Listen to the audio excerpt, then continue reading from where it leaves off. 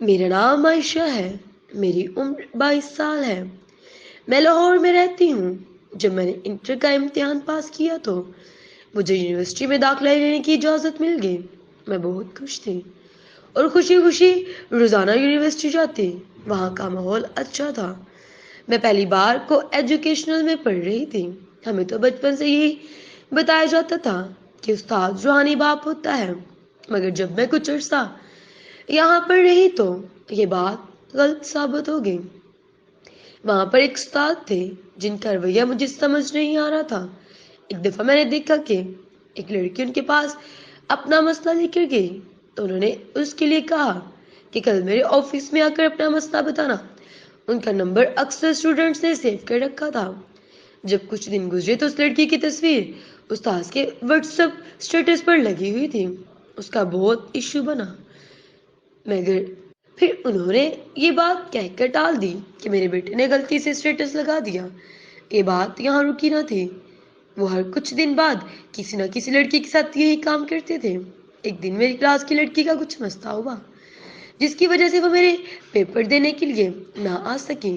جب وہ کچھ دن کے بعد کالج آئی تو اس نے اپنا مسئلہ ان کے ساتھ شیئر کیا، مگر انہوں نے اسے بھی یہی کہا کہ وہ اگلے دن ان کے آفس میں اکیلے آئے، مگر وہ لڑکی نہ گئی۔ استاد نے اس بات کو اپنی توہین سمجھا۔ اب وہ ہر امتحان میں اور ہر بات میں اس لڑکی کے ساتھ برا سلوک کرتے، مگر وہ ان کی بات مان کر نہ گئی۔ کچھ دیر کے بعد یہ بات پوری یونیورسٹی میں پھیل گئی۔ وہاں کی پرنسپل کا بھی اس لحاظ سے کچھ اچھا ریکارڈ نہ تھا، مگر اس نے استاد کو وہاں سے نکالنا ان کی مجبوری بن چکا تھا، کیونکہ کسی نے یہ بات سوشل میڈیا پر پھیلا دی تھی۔ اب ان لڑکیوں کی عزت بھی کوئی واپس نہیں لا سکتا تھا جنہوں نے اس استاد کی بات مان کر اپنے عزت کو داغدار کیا۔ ان کے والدین نے انہیں اپنے بھروسے پر وہاں پڑھنے کے لیے بھیجا، مگر ان لڑکیوں نے اپنے ماں باپ کی عزت کا کوئی خیال نہ رکھا۔